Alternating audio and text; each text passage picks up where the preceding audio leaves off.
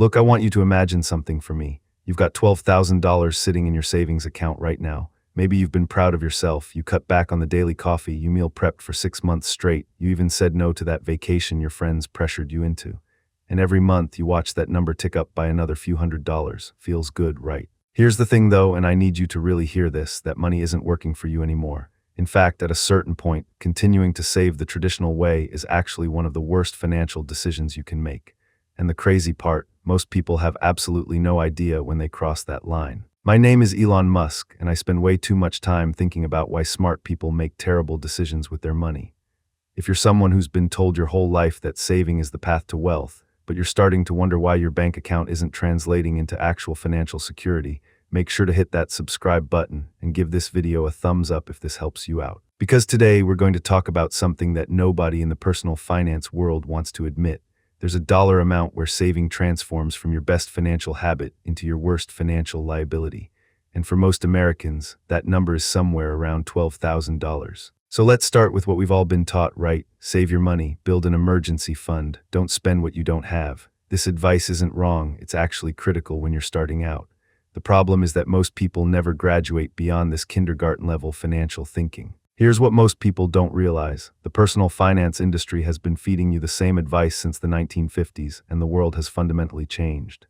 Back then, a savings account at your local bank might earn you 5% interest. You could actually grow wealth by saving. Today, the average savings account pays 0.46% interest. That's not even keeping up with inflation, which has averaged around 3.4% over the past decade, according to Bureau of Labor Statistics data. Let me show you the math on this because this is where it gets really interesting. Let's say you've got that $12,000 in a high-yield savings account earning, let's be generous, 4% interest. That's $480 a year before taxes. After taxes, assuming you're in the 22% tax bracket, you're looking at about $374. Meanwhile, inflation at 3.4% is eroding the purchasing power of that $12,000 by $408 annually. You're literally losing money by saving it. Now you might be thinking, okay, but I need an emergency fund. Everyone says to have 3 to 6 months of expenses saved. And you're absolutely right. This is where the $12,000 line comes into play. The average American household spends roughly $6,000 a month according to recent Consumer Expenditure Survey data.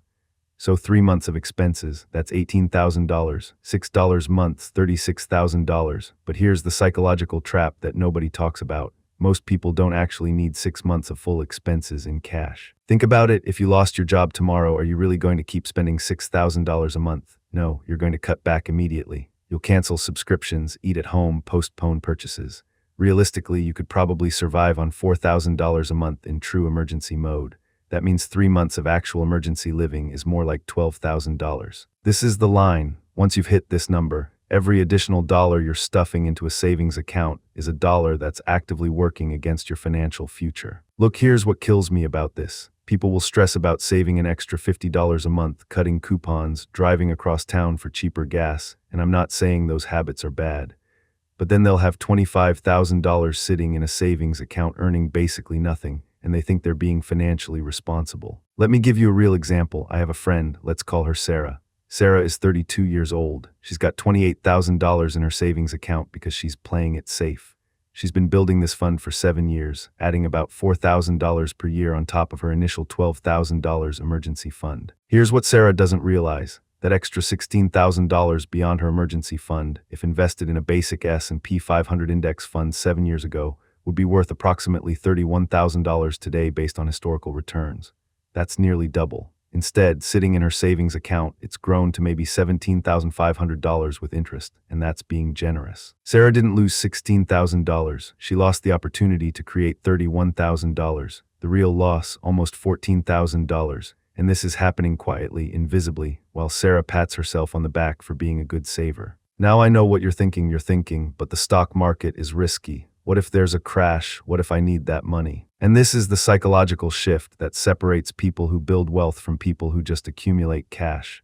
Here's the thing, your fear of market volatility is costing you exponentially more than any market crash ever would. Let's look at the data. According to research from the S&P 500 has returned an average of about 10% annually over the past 40 years. Yes, there have been crashes. The 2008 financial crisis saw the market drop nearly 50%. Brutal. But if you had money invested throughout that crash and didn't panic sell, you would have fully recovered by 2012 and continued growing from there. Meanwhile, that savings account, it lost money every single year to inflation. Zero volatility, guaranteed losses. The real risk isn't market crashes. The real risk is inflation silently stealing your purchasing power while you feel safe. This is where it gets really interesting from a psychological perspective. Humans are wired to fear visible losses more than invisible ones. A market dropping 20% feels terrible. Your savings account losing 3% of its purchasing power to inflation every year. You don't even notice it happening. So here's what you actually need to do once you cross that $12,000 emergency fund threshold. I want you to think about your money in 3 buckets. Bucket 1, immediate access money. This is your $12,000 emergency fund. This stays in a high-yield savings account, boring, safe, liquid. This money is for true emergencies only: job loss, medical crisis, major home repair, not for vacations, not for a new TV, not for "I really want this." Bucket 2, short-term goals. This is money you'll need within the next 1 to 5 years. Maybe you're saving for a house down payment, a wedding, or a car. This money can go into slightly less liquid but higher yielding options: short-term bond funds, CDs, maybe a conservative investment account. You're accepting tiny amounts of volatility for better returns than a savings account. Bucket 3, long-term growth. Everything else goes here. This is money you won't need for at least 5 years, ideally 10 or more. This goes into index funds, retirement accounts, maybe real estate if you're sophisticated enough. This bucket is where wealth actually gets built. The mistake most people make: they treat all their money like bucket 1 money. They keep $40,000, $60,000, sometimes $100,000 in savings accounts because it feels safe.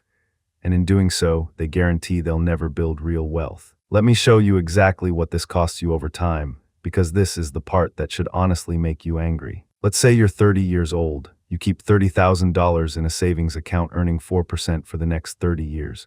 At age 60, you'll have approximately $97,000. Not bad, right? Now let's say you keep $12,000 in savings and invest the other $18,000 in index funds averaging 10% returns. At age 60, your savings account will have about $39,000. Your investment account, about $314,000. Same starting money, the difference, $256,000. But wait, it gets worse. Most people aren't just sitting on money, they're continuing to save. Let's say you add $500 per month to your savings versus investing it. At 4% in savings over 30 years, you'd have approximately $349,000. At 10% invested, you'd have about $1,130,000. The difference between saving and investing that $500 per month, $781,000. This is what the play it safe mentality costs you, nearly $750,000. Now here's where people always push back. They say, but I need access to my money. What if the market crashes right when I need it? This is what I call the liquidity myth. Yes, investments are less liquid than savings, but here's what nobody tells you: true emergencies are rare and you have way more liquidity than you think. First, if you've got that $12,000 emergency fund, you've got immediate access to 3 months of living expenses. That handles 90% of emergencies right there. Second, most investment accounts let you withdraw money within 3 business days. That's not instant, but it's not exactly waiting for a banker in 1952 to process your passbook either. Third, and this is crucial, you can usually borrow against your investments. Most brokerages offer margin loans or lines of credit secured by your portfolio. So even if the market is down, you can access cash without selling at a loss. You can't borrow against your savings account. The psychological comfort of instant access to all your money is expensive comfort. You're paying hundreds of thousands of dollars over your lifetime for the privilege of being able to touch money you'll probably never need to touch. Alright, so what do you actually do? Here's the framework. Step 1, get to $12,000 in emergency savings. Until you hit this number, aggressive saving makes sense.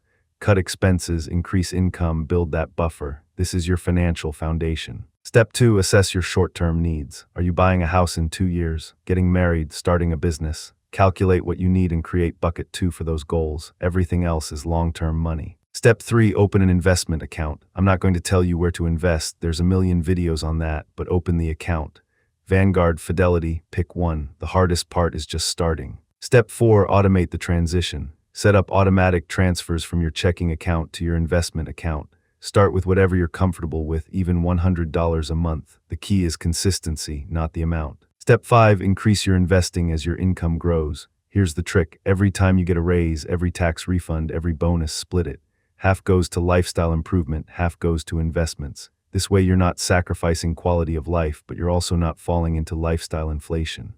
Here's the thing that I really want you to understand, because this is the fundamental shift that separates people who accumulate wealth from people who just have money in the bank. Saving is defense, investing is offense. You need defense to survive, but you need offense to win.